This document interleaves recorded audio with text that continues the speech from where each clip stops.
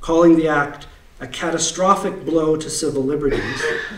Last week, Chris Hedges filed a suit against President Barack Obama and Secretary of Defense Leon Panetta, challenging the legality of the act.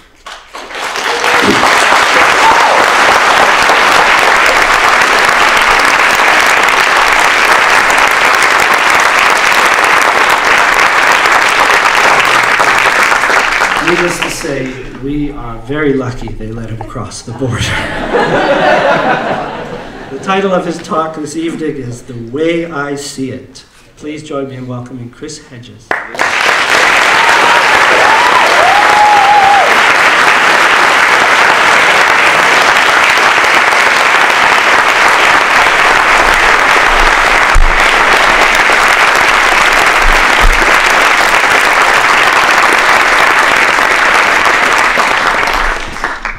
Thank you. It's an honor to be here in a country that produces citizens like Peter Hopperton, Eric Lankin, Adam Lewis, Leah Henderson, Alex Hundert, and Mandy Hissocks. And I want to dedicate this Kevin O'Leary lecture to them.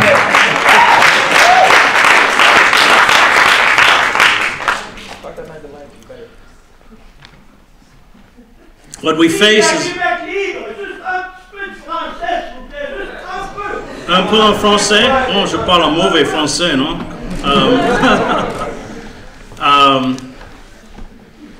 What we face is global. My point of reference, of course, is the United States. I'm married to a Canadian, so I'm not totally unfamiliar with the peculiarities of Canada. I never thought of Canadians as being chauvinists until they crossed the border into the United States, where on every July 1st, my wife, who went to Juilliard as an actor, hangs a Canadian flag out in front of our house and makes sure to leave it up through the July 4th celebration. So there's no dispute within our neighborhood as to where our loyalties lie. I spent 20 years outside the United States, and during that time, my country underwent a coup d'etat in slow motion, a line I shamelessly steal from John Ralston Saul, but it's true. There was a decimation in the United States, and it was a planned decimation of radical and populist movements. And that is something that I speak quite extensively about in my book, Death of the Liberal Class, that goes back to try and answer the question, how did we get here? What happened? And what happened is that on the eve of World War I, we had powerful movements, anarcho-syndicalist movements like the Wobblies, the old CIO, Eugene Debs of the Socialist Party, who in 1912 in the United States polled 6% of the vote, or 900,000 votes, that were threatening the power elite.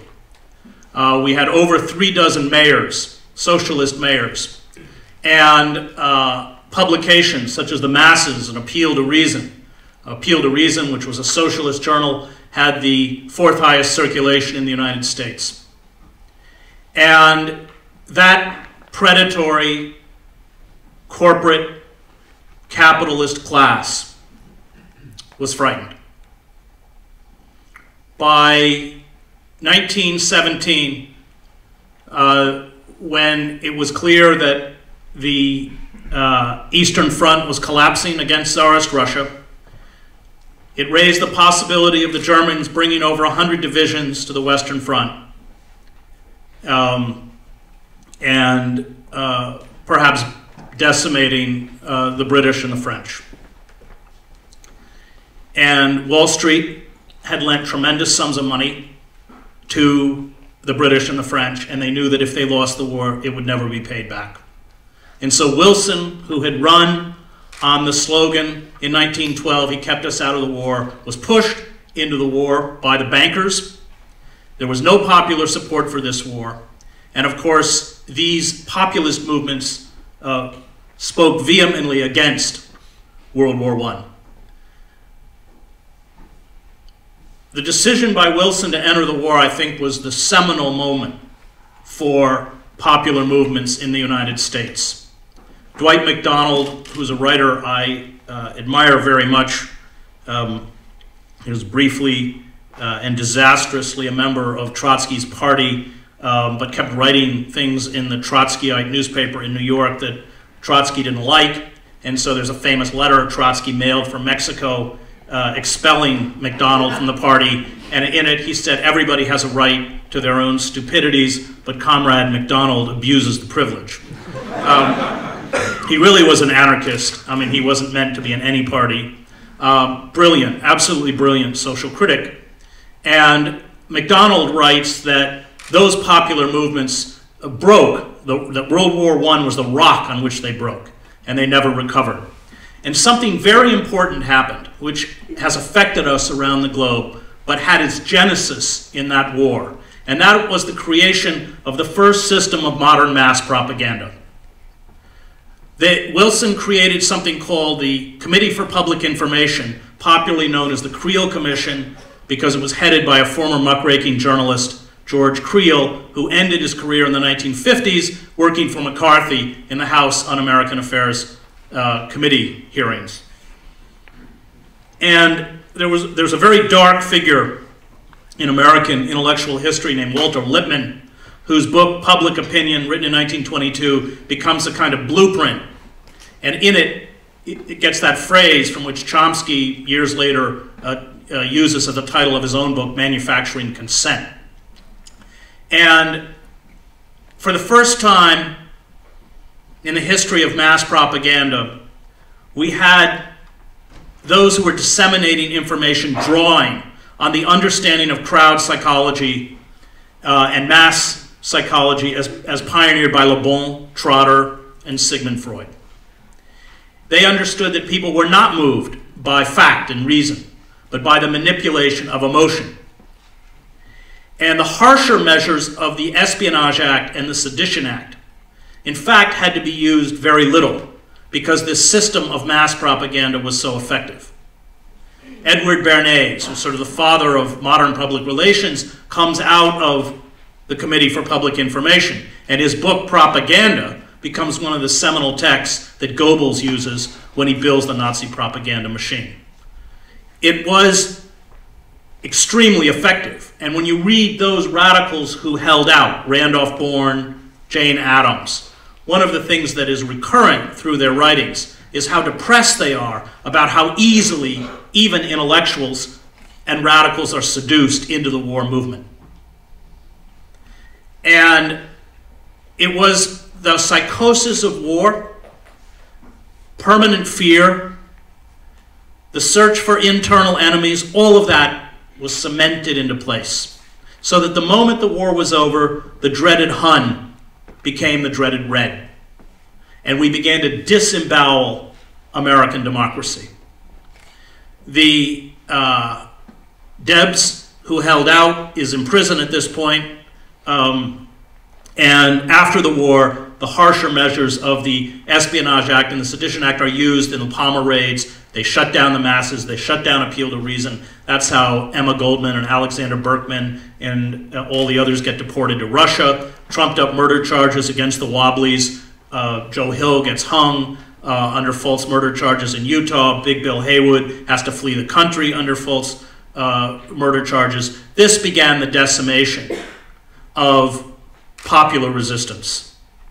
And MacDonald writes, I think quite correctly, that all of the social and political theorists of the 19th century never grappled with this psychosis of permanent war, this constant search for the internal enemy who was subverting the state, and how effective that mechanism was for control.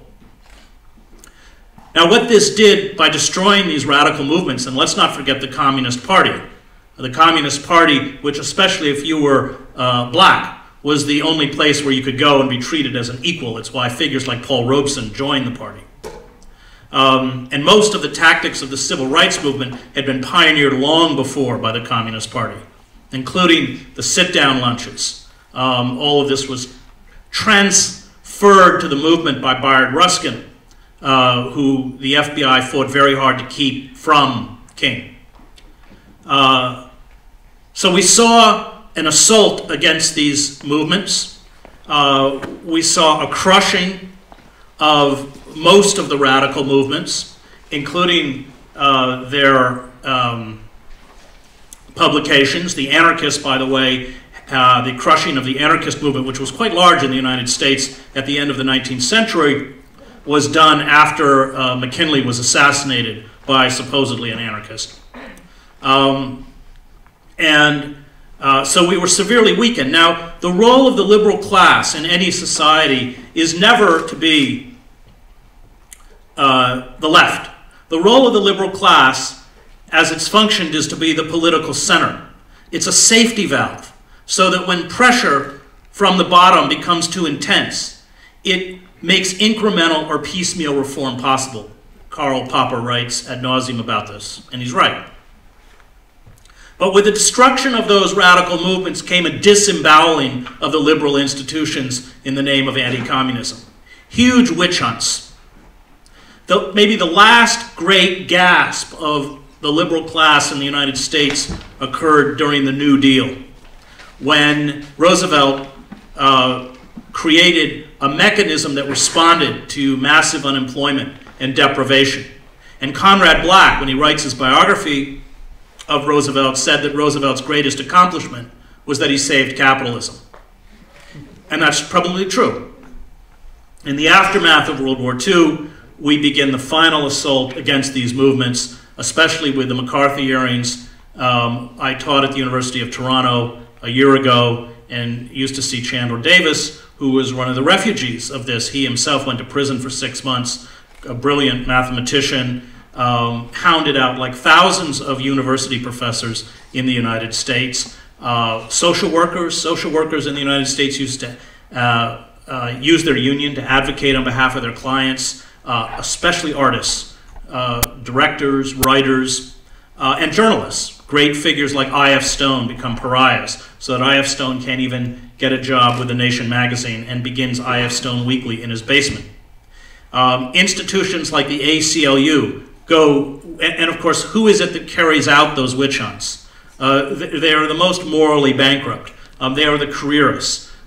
They destroy Henry Wallace's vice presidential, who was Roosevelt's vice president, who ran for president in '48 because he's soft on communism. So you end up with this destruction of radical movements and perversion of traditional movements that once defended the interests of the working class. By the time you have the New Left in the 1960s, you have unions like the AFL-CIO advocating or supporting Nixon's war in Indochina and denouncing the hippies in the street. Now that division between labor and the left essentially made the left impotent. There's some really brilliant critiques. There's a wonderful intellectual history called Exiles by Malcolm Cowley, who I used to only know because he was Faulkner's editor. But it's a really interesting book where he talks about how after the war, even the Bohemians and the Beats were inculcated with the values of the consumer society. That with the end of World War I, all of these